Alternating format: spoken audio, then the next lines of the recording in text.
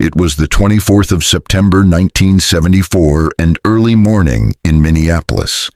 The sun was up and patrolmen Robert Nelson and Robert Thompson were cruising along 1841 East 38th Street when they spotted the 1968 black over pea green Chevrolet Caprice. It was parked across the road from a diner. Thompson made a slow circuit of the block while his partner checked the police bulletin details issued the day before. "That's it," said Nelson. "That looks like the car. All we gotta do is find the driver. He's a big guy, and according to this, he's built like a gorilla." The two officers peered through the Caprice's window and scrutinized the interior.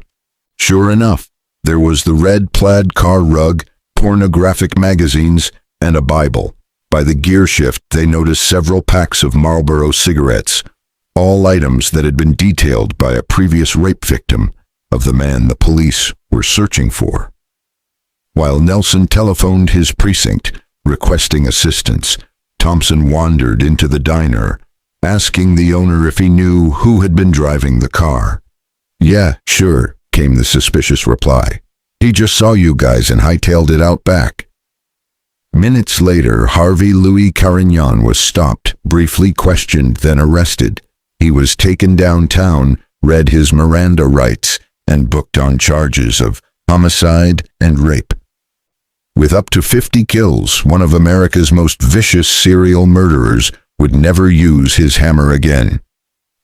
Even now, it sometimes seems my childhood was short, only a few days long.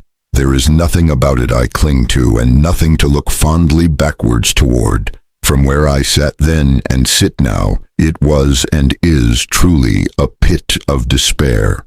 Carignan, in a letter to the author, the 14th of April 1993, born on the wrong side of the tracks at Fargo, North Dakota, on the 18th of May, 1927. Like so many serial killers, Harvey was an illegitimate child who never knew his genetic father. His 20-year-old mother, Mary, was ill-equipped to care for her sickly boy, who failed to thrive, and in 1930, during the lowest point of the Great Depression, she started farming him out to anyone who would look after him. Thereafter, the youngster was moved from pillar to post and school to school, unable to form family roots or enjoy a solid education. Very early in his formative years, Harvey developed a facial twitch and suffered from bedwetting until he was 13 years old. He also suffered St. Vitus's dance or childhood chorea, a disease which manifests itself with uncontrollable spasmodic jerking movements. At the age of 12, he was sent to a reform school at Mandan, North Dakota, where, according to his FBI rap sheet, he remained for 7 years. During this time, he alleges that he was constantly bullied and sexually abused by a female teacher. In a letter dated the 12th of June, 1993, he writes, "I had a teacher who used to sit at my desk, and we would write dirty notes back and forth. I was either 13 or 14 at the time, and just show me a 14-year-old boy anywhere who wouldn't willingly and happily sit in a schoolroom and exchange porno notes with his teacher. I never got to lay a hand on her without getting slapped, but she would keep me after school and make me stand before her while she masturbated and called me names and told me what she was going to make me do. None of her threats she ever kept. Damn it. The bitch wouldn't even let me masturbate with her. I took my penis out and she beat the living shit out of me. She had enormously large breasts. She was truly a cruel woman." Harvey Carignan stayed at the Mandan Reform School throughout his teenage years. Then, in 1948, at the age of 21, he joined the U.S. Army, who welcomed him with open arms. Harvey was no longer the weedy little runt who, allegedly, had suffered mental and sexual abuse since the age of 4. The high-carbohydrate and well-balanced diet at Mandan had helped him grow into a strapping, well-nourished, and immensely powerful young man. Carignan began his murderous career in 1949 when, during the early evening of Sunday the 31st of July, he killed 57-year-old Laura Showalter following an attempted rape in a small park at Anchorage, Alaska. Death came swiftly after he smashed her head, causing terrible brain injuries. The victim's face had been virtually destroyed from chin to forehead, bone and tissue crushed to a pulp under a battering from his massive fists. "This killer was so strong," said a police officer. "With one punch, he blasted a hole through her skull like a rocket slamming into a tank." On Friday, the 16th of September 1949, Carignan attempted to rape a young woman called Dorcas Callan, who managed to escape his assault. The soldier, who was clearly drunk, although it was only 11 a.m., had confronted her near a tavern in Anchorage Street. When the man asked Dorcas to take a ride with him, she refused and turned away. "Hey," he shouted, "I think I know you maybe." "Please go away," Dorcas pleaded. "You don't know me." She was now very scared. She knew that a woman had been bludgeoned to death in the neighborhood only weeks before, but the big soldier confronting her was angered by her refusal, and she could not get away from him. Before she could move, the man grabbed her and began to drag her away from the street. They fell into a ditch beside the road, and he was all over her, tearing at her clothes, his hands touching her breasts and between her legs. In moments, he could rape her. Dorcas fought frantically to find a handhold in the soft dirt walls of the ditch. He was very strong, almost inhumanly strong. Screaming, she managed to clamber out of the ditch and ran across the street to the tavern where she phoned the police. In hospital, she relived the terror of the attack in detail through a bloody mask of bruised and bloodied facial skin. He turned into something from hell. His fury came out of nowhere like he was suddenly switched on with evil, she said through swollen lips. It was her description of her attacker that led to the arrest of Carignan later the same day. He stood trial for the first-degree murder of Laura Showalter in 1950 in the District Court for the Territory of Alaska, 3rd Division, Justice George W. Folta presiding. The prosecution held as their ace card a confession to murder given to Marshall Herring. Harvey Carignan was found guilty and sentenced to hang.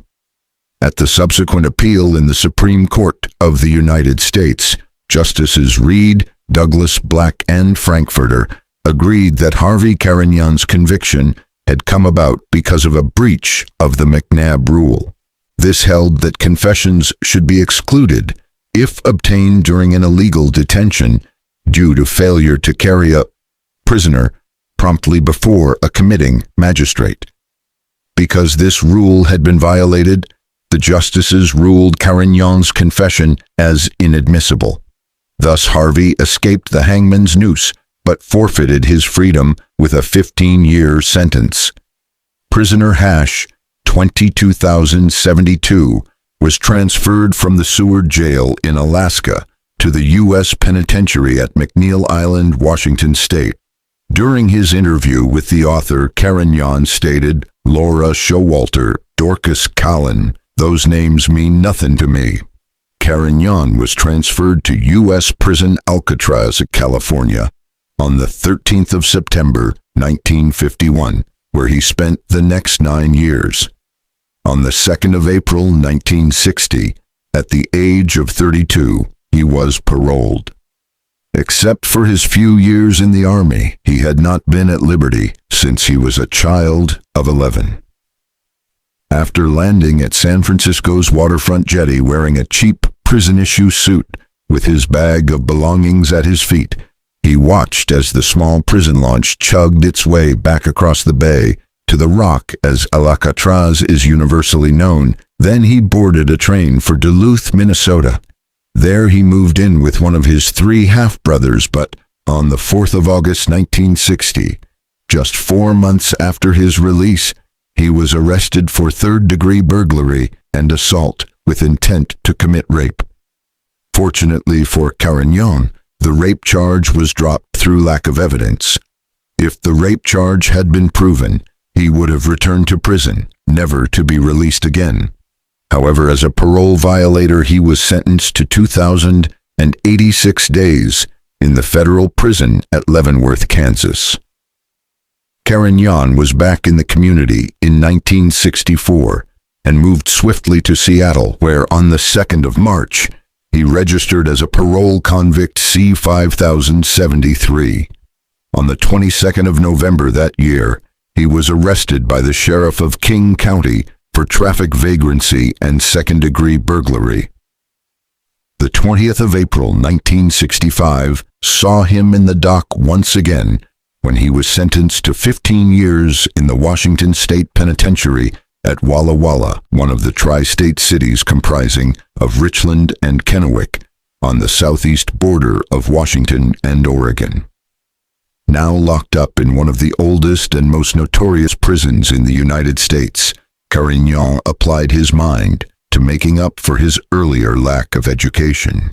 He obtained a high school diploma, took many college courses in sociology and psychology, and submitted papers on sexual psychopathy, the paranoid personality, and the well-adjusted individual. He read constantly, gained top marks, and studied journalism, all of which impressed his tutors. But there was a darker side that surfaced when he was alone. When talking with his fellow inmates, Harvey fantasized about nubile young girls, and he had a fixation about young flesh. He has often stated, and maintains even today, that young girls have to be his ultimate choice, which for a man now aged 74 is a very unhealthy desire indeed. Middle-aged and an ex-convict with unappealing physical characteristics, Harvey's chances of dating a teenager following his release from prison were remote. So he met and married Sheila Moran, a divorcee with 3 children.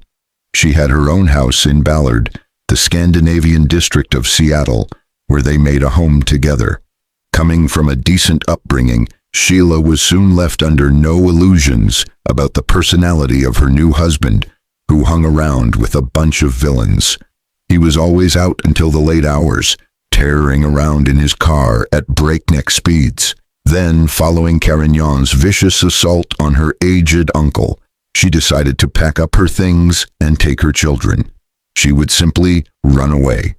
For his part, Harvey decided to kill her, and waited in vain for an entire night with a hammer clutched in his hand. But fortunately, Sheila did not return home.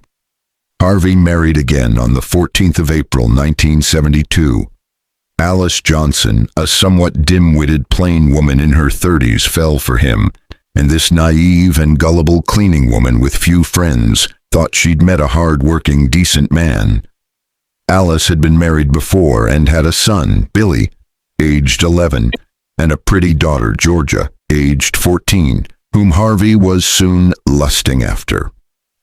By this time, Carignan had managed to lease a Savmore gas station from the Time Oil Company, and it came to Alice's attention that he always had a string of young girls working the pumps.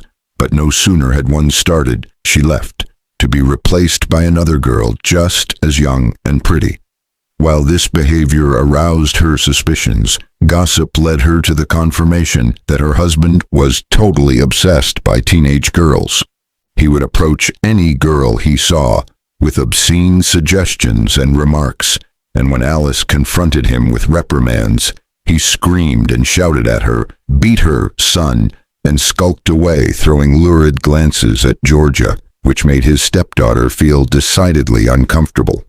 Not surprisingly, the marriage collapsed soon afterwards.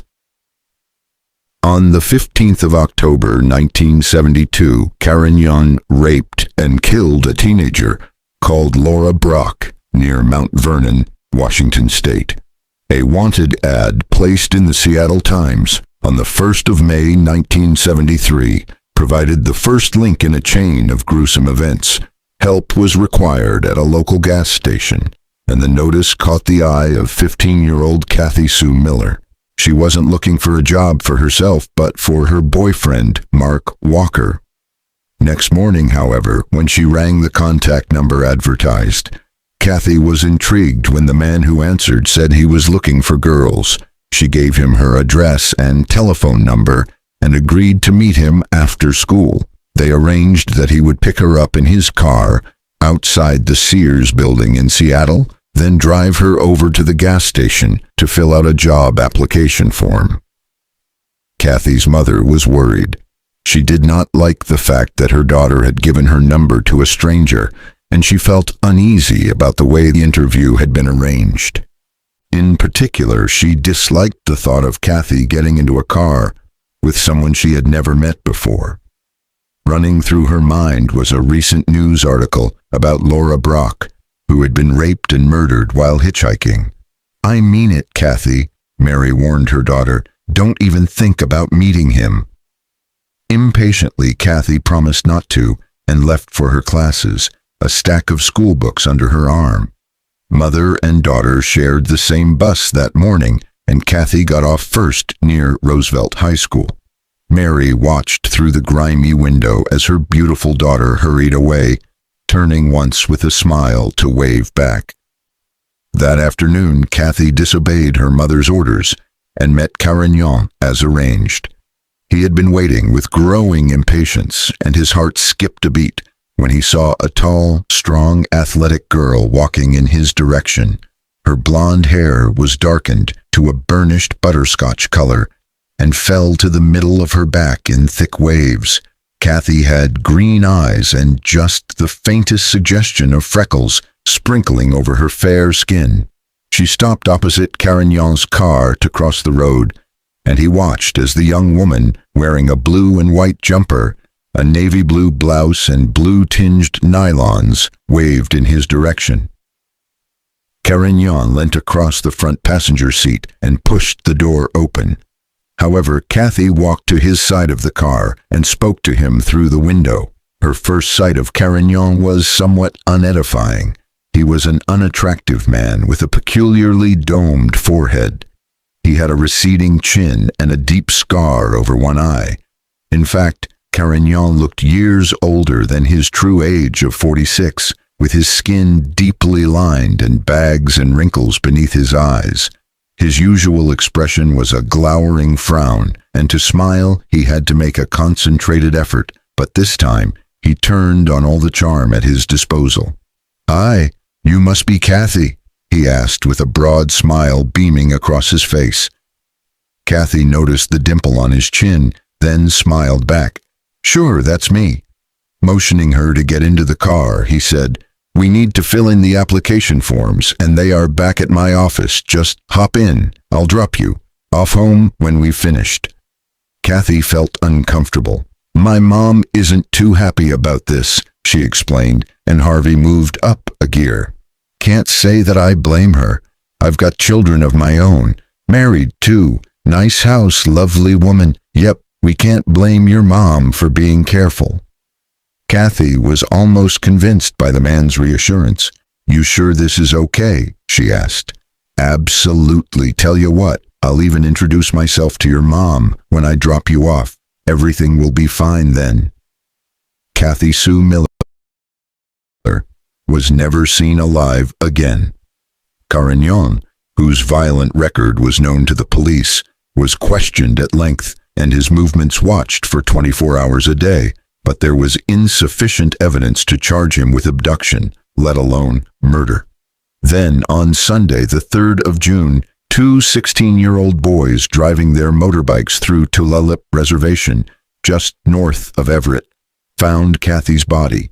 It was wrapped in black plastic and was naked. It had decayed so badly it was initially impossible even to tell its gender. When the autopsy was carried out, it was found that the teeth matched Kathy's dental records. From the damage to the skull, it was clear that death had resulted from a severe battering. Even with the discovery of the body, Harv the Hammer still managed to escape the clutches of the police. He moved first to Colorado and later to Minneapolis, Minnesota, where he murdered Eileen Hunley on the 4th of August, 1974. Her body was found on the 18th of September in Sherburne County. In response to the murder, Carignan commented, She was my common-law wife, and I thought she was seeing a black man, so I stopped her in the street. I ran her head into a lamp pole and stamped her face onto a drain cover until she was dead. Then I tried to feed her to some pigs. A string of sexual assaults on hitchhikers in the states of Colorado and Minnesota in the latter part of 1974 bore Carignan's stamp. They were mostly carried out by a large man broadly matching his description, wielding a hammer as his assault weapon. At least 7 died, and the remainder were scarred mentally and physically for life. On the 8th of September 1974, a female hitchhiker was picked up by Carignan, driven to a rural area near Mora, and was sexually assaulted. She was then beaten about the head with a hammer and sexually assaulted with the hammer handle. The victim was left in a field to die, but survived. She was subsequently able to give a description of the assailant and the vehicle he was driving. On the 14th of September 1974, Carignan picked up a woman called Roxanne Wesley, who was having car problems in a South Minneapolis parking lot. On the pretext that he was going to drive her to get help, he took her instead to a rural area in Carver County, sexually assaulted her several times, including forcing a hammer handle into her vagina, and also beat her about the head with the hammer and left her in a field to die. This victim also survived and was able to crawl to a road for help.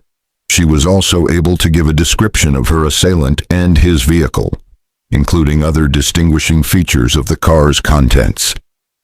2 teenage female hitchhikers reported on the 19th of September 1974 that they had been picked up by a man and driven into the country where he threatened to rape and kill them. One of the girls was struck in the mouth by Carignan, breaking a front tooth. Both were eventually able to escape by jumping out of his car when he stopped at a road junction. Again, their descriptions of the man and the vehicle matched the descriptions given by the previous victims. The next day, Minneapolis police received a complaint from 2 other teenagers who said they had been approached by a man who offered them $25 each to assist him in picking up a car in northern Minnesota and driving it back to Minneapolis for him. The 2 girls said that they were driven to a rural wooded area where the man asked one of them to follow him into the woods, presumably to get the other vehicle he had talked about. He took a petrol can and a screwdriver with him. A short time later, the girl who remained in the car heard screams, so she ran to a nearby house to call the sheriff. Subsequently, the other girl was found unconscious with severe head wounds as a result of hammer blows to the head. Their description of the attacker matched Carignan in every respect. On the 21st of September, another report of a similar assault in which the victim survived was received, and a few days later, Carignan was arrested. What follows is part of a charge relating to 5 counts regarding offenses committed on a 13-year-old girl. The name has been deleted to protect the victim's identity, and the document has been supplied courtesy of the Minneapolis and Hennepin County prosecutors. It has not been published before. Aggravated assault, aggravated sodomy, indecent liberties. Sodomy upon or with a child, aggravated sodomy. The said was hitchhiking in Minneapolis when the defendant, driving a truck camper, stopped, picked her up, engaged her in conversation as to where she was going, stated that he would take her to her destination directly, forced her to commit oral sodomy upon him with the threat of hitting her with a hammer, which he picked up from a compartment between the seats of his truck, compelled her to remove her clothing by threatening to put a hammer through your head, attempted to shove the handle of the hammer up into her vagina, struck her several times in the area of her buttocks with the hammer when she resisted the advances of the defendant, again compelled her to commit oral sodomy on him, drove to a cornfield where he compelled her to lie on her stomach, where he attempted to have intercourse with her through the rectum, then, for the 3rd time, again compelled her to commit oral sodomy on him, that the defendant then permitted the victim to dress and drove her to home of a friend situated at 5644 Lakeland Avenue, Crystal, Hennepin County, Minnesota, where he allowed the victim to get out of the truck camper. That in addition to the foregoing, the defendant told the victim that his first name was Paul and that his last name was Harvey. In separate trials conducted in 1975 and 1976, Carignan was convicted of just 2 of the murders and a number of other offenses. He was given prison sentences amounting to 100 years plus life. In truth, he may serve only 40 years. I know where your house is. I know you have a young, pretty, dark-haired wife and 2 kids. You have a silver Mercedes car, but I will make sure nothing and no one hurts you or your family, as I have friends in your country who look after me. Harvey Carignan's chilling welcome when the author, Christopher Barry D., visited him in prison. Harvey Louis Carignan, known variously as Harv the Hammer or the Want-Ad Killer, currently resides behind the grim walls of the Minnesota Correctional Facility, Stillwater, which is on the Minnesota-Wisconsin border. An industrial prison, it is now the state's largest close-security Level 5 institution for adult felons, and the population is currently around 1,320. For 5 years, I corresponded with Harvey, and finally interviewed him during a full-contact visit in March 1995. This was the first and only interview granted by the Hammer since he was arrested for multiple rape and homicide on the 24th of September 1974. Because individuals like Harvey have traversed such extremes, their souls have become like locked rooms, hiding mysterious secrets. It therefore takes a certain sensibility to draw them out. For each case, I take an in-depth approach, spending an enormous amount of time getting to know the unique qualities of each individual, rather than depersonalizing them with generalities based on their crimes. While I develop an empathy for my subject, I always take care not actually to sympathize to the extent that their dramas start playing in the theater of my own mind. It is a constant balancing act between identification and analysis. To learn from a person, you must put yourself in their place, follow their train of thought, and feel their emotions. However, while you follow the often dysfunctional thinking of your subject to some extent, you never become like them. You remain yourself.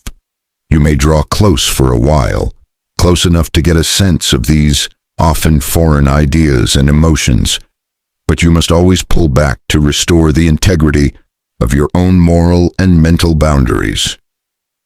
I have often had cause to contemplate the words of Friedrich Nietzsche, and it is worth repeating them now. Whoever fights monsters should see to it that in process he does not become a monster.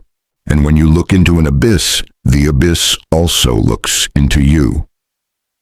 And what was it that Carignan's psychiatrist had told me? Yes, that was it. You'll get to interview Harvey or something living inside his head. You'll get to interview him, and evil will get to interview you. Harvey was called to the interview by his personal pager, and one's first impression of this homicidal maniac is of a lumbering hulk of a man, standing well over 6 feet tall. He weighs 18 say, and has an ape-like appearance.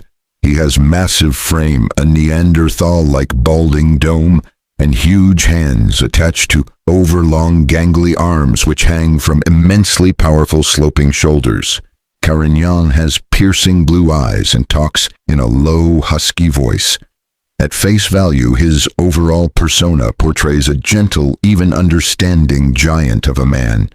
However, we all know that such appearances can be deceptive. The Hammer is, in fact, one of America's most evil and notorious serial murderers, who even today, aged 74, can still do one-arm pull-ups for 15 minutes at a stretch without so much as a grimace. 5 minutes dragged past agonizingly without either of us saying a word, while all the time his dangerous eyes stared into my face. It was as if some alien creature, an insidious force even, was gently probing into my mind using long, squirming tentacles of inquiring thought, exploring, touching, sensing with taste and smell. Then, a secret but twisted smile started to play around Harvey's mouth. His lips, moistened by saliva, were slightly open, but otherwise his face was without expression. This stone-cold serial killer was insidiously fascinating to observe at such close quarters, for he is the wolf in sheep's clothing, part human, part Antichrist, and the stuff of our children's worst nightmares. Then he spoke for the first time. "Ya know, Chris, never did I commit a crime, then commit another to keep it quiet. I committed murders to ensure that false accusations of rape would not occur." The ice was broken, and my previous belief that Harvey lives in a continual state of denial, a world where he admits some guilt, but not total responsibility for his brutal and heinous crimes, was confirmed. As the interview continued, when he did admit he raped and killed a young woman, it was, so he claimed, as the result of their provocation. He said that it was always the victim who brought up the subject of sex when he offered them a ride in his car. Nowhere can this better be illustrated than in his account of a lift he gave to a woman, a perfectly respectable 20-year-old nurse whose car had broken down. The truth is that he offered to fix her car, but beforehand he explained that he needed to fetch his tools. He forced her into his car and drove her into the country, where he brutally raped and attempted to kill her by smashing into her head with a wheel wrench. Carignan's account is, of course, something different, for he argues that she got into his car of her own free will. His story contains a smattering of the truth and a bucketful of lies. It is at once disturbing and disgusting, yet offers a fascinating account from the mind of a homicidal sexual psychopath and fully emerged serial killer who, it is believed, may have slaughtered up to 50 women. What follows is not for the faint-hearted. She got in and may have been somewhat nervous, but she did not seem afraid. During the ride, we talked about another girl I used to see, one who had left because I had not given her $30. I had been giving her each and every week. It was not payment for anything but a gift. The girl riding with me said she would never exchange sex for $30, making it seem she believed the other woman had, and that herself despised her for what the first woman had done. I tried to enlighten her thinking, but she was adamant in her statement that she would not have sex for $30 because those were in her words, and not that she would not have sex for money, which was my thought at the time.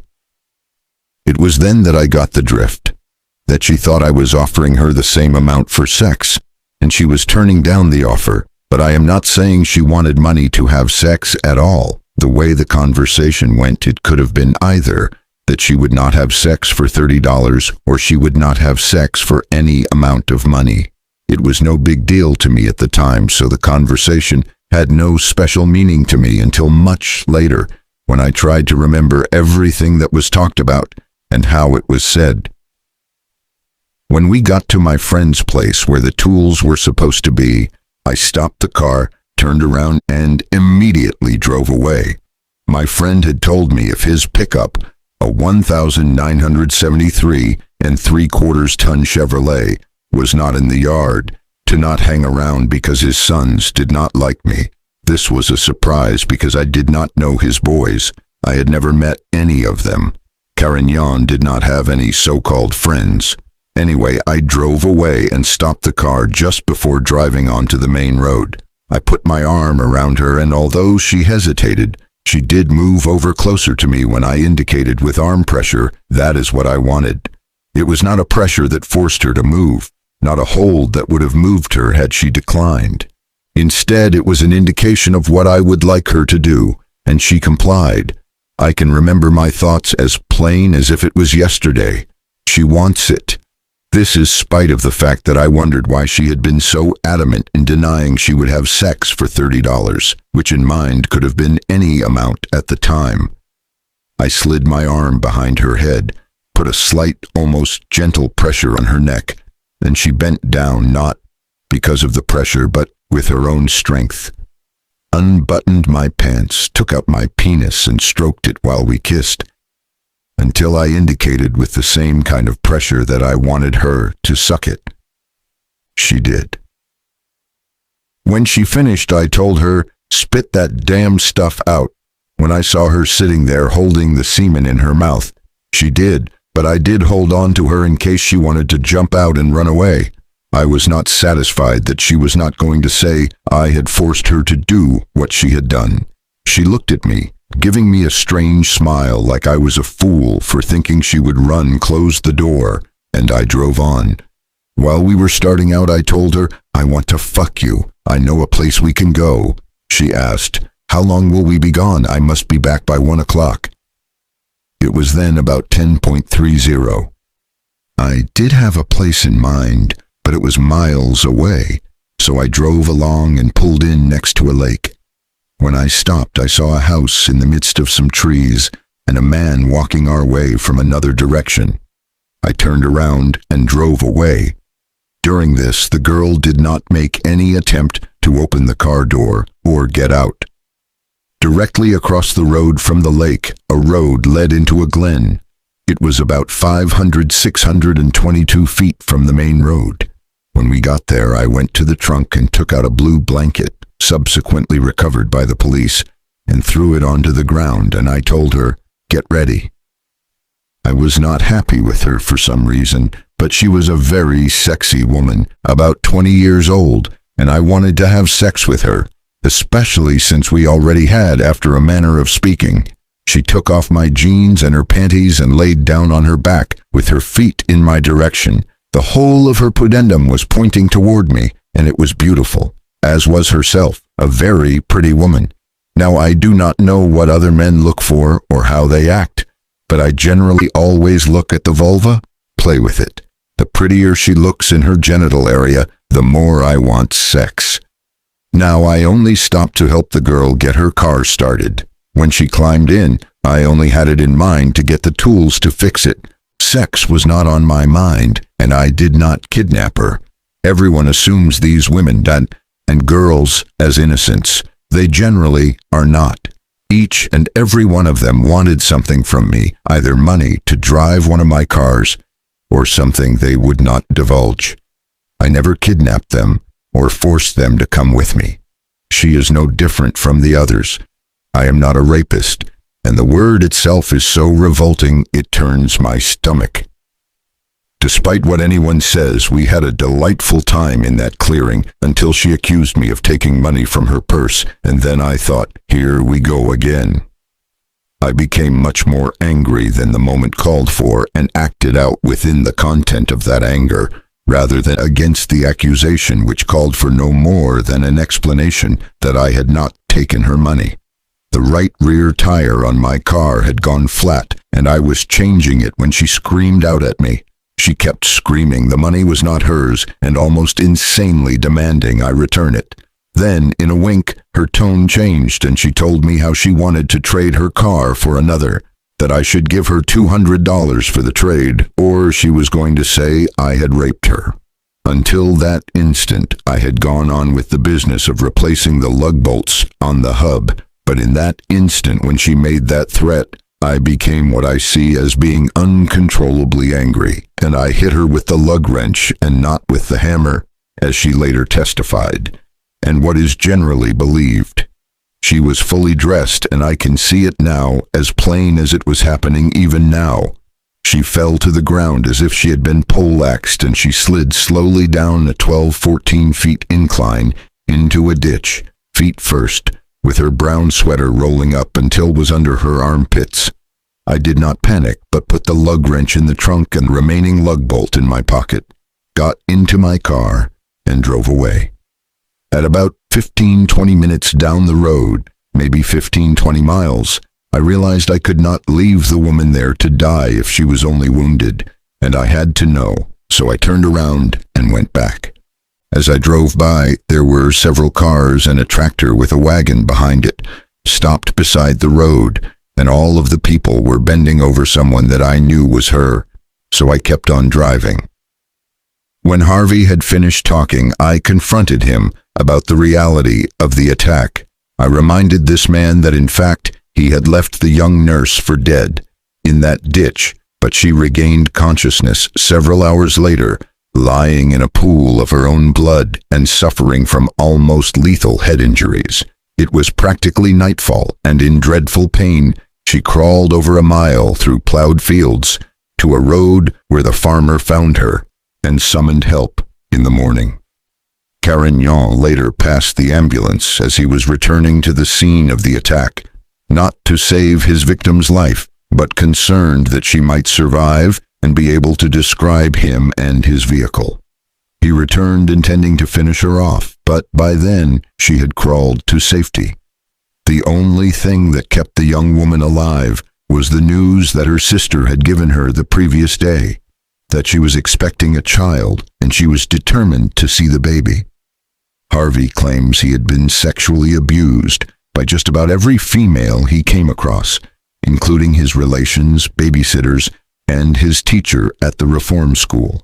And while we are all too aware that during the last 3 decades, child abuse has become exposed as a social blight, there is absolutely not a shred of solid evidence to confirm that Harvey was abused on the scale he continually asserts. What we can say with a degree of certainty is that he grew up with a grudge against women in general, perhaps directed toward his negligent mother and her family and friends. But maybe this is all the evidence we need, for, in a literal way, people don't grow up to hate women or men for no reason. So perhaps Carignan is telling the truth after all. Recently, Carignan has said, "I hate women with a passion. They always played mind games with my head." Nevertheless, his account of sexual abuse may offer something else of value to us as we look into his past. Those few lines in his letters are full of contradictions, and without any doubt, this may be fantasy-fueled. It is an account tailored to suit him, being abused by a domineering, truly cruel woman, while he, the poor young lad, was helpless, yet at the same moment, apparently enjoying a situation in which he reveled.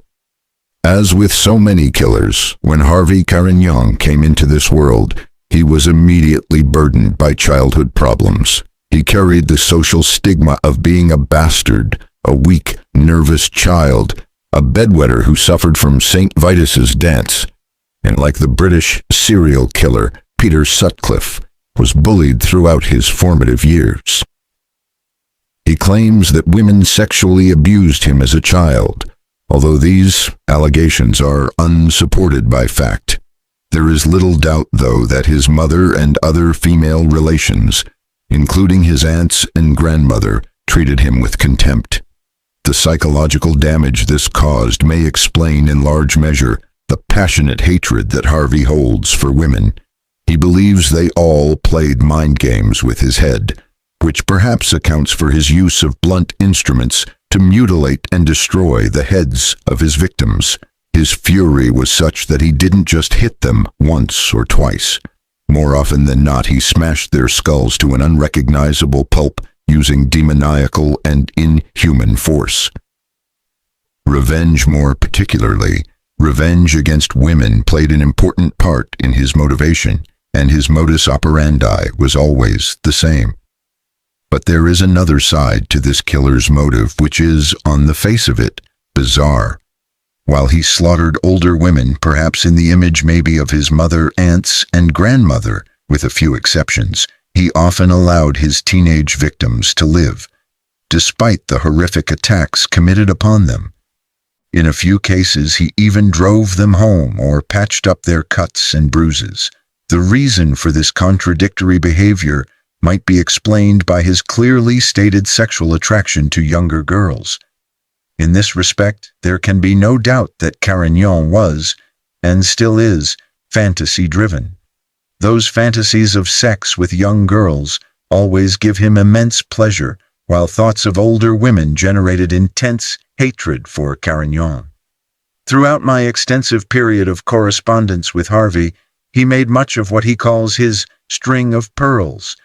In effect, he implies that these pearls of wisdom are priceless details which he releases only when he judges the time is appropriate for him. "The truth is in my pearls of wisdom," he bluntly stated. "I am not going to reveal the pearls of this part of the truth, at least for years," he added before clamming up and refusing to answer any more questions about the nature of his crimes. Harvey the Hammer Carignan devoted the remainder of the interview to claiming that he is a man with much feeling, a man of great knowledge, and as he studies philosophy, he is worthy of having his words and thoughts considered by others. But within the Hammer there is still a fatal flaw. Despite having spent the better part of his worthless life behind bars, this monster, in every sense of the word, is totally unable to come to terms with his guilt. This is a trait he shares with many other serial murderers. Even with the evidence being consistent and overwhelming in every case of sexual assault, rape, or murder, Carignan is psychologically compelled to transfer most of the blame for his crimes on to his luckless victims. When he is exposed, and all of his excuses stare him straight back in the face as complete untruths, he has a fallback position. He retreats to the trench used by so many offenders, namely the refuge which blames the entire law enforcement and justice system for fitting him up. If the gravity and number of offenses were not so serious, one might be forgiven for thinking that his excuses are laughable. Some may even argue that his letters are the ramblings of a madman, and, as such, should be dismissed or, at best, ignored. However, Harvey is not mad by any definition. What he refuses to say or hides between the lines or chooses to forget to say can ultimately be of greater interest, for in his pathological self-denial sits the true nature of the beast. At the present time, Carignan is eligible for parole, for no matter how many murders he has committed, no one in the state of Minnesota can serve more than 45 years in prison. Harvey has a current pen friend. 30-year-old Gloria Pearson was convicted of murdering her young son after a period of child abuse. They write to each other frequently, and, in this respect, they are well suited.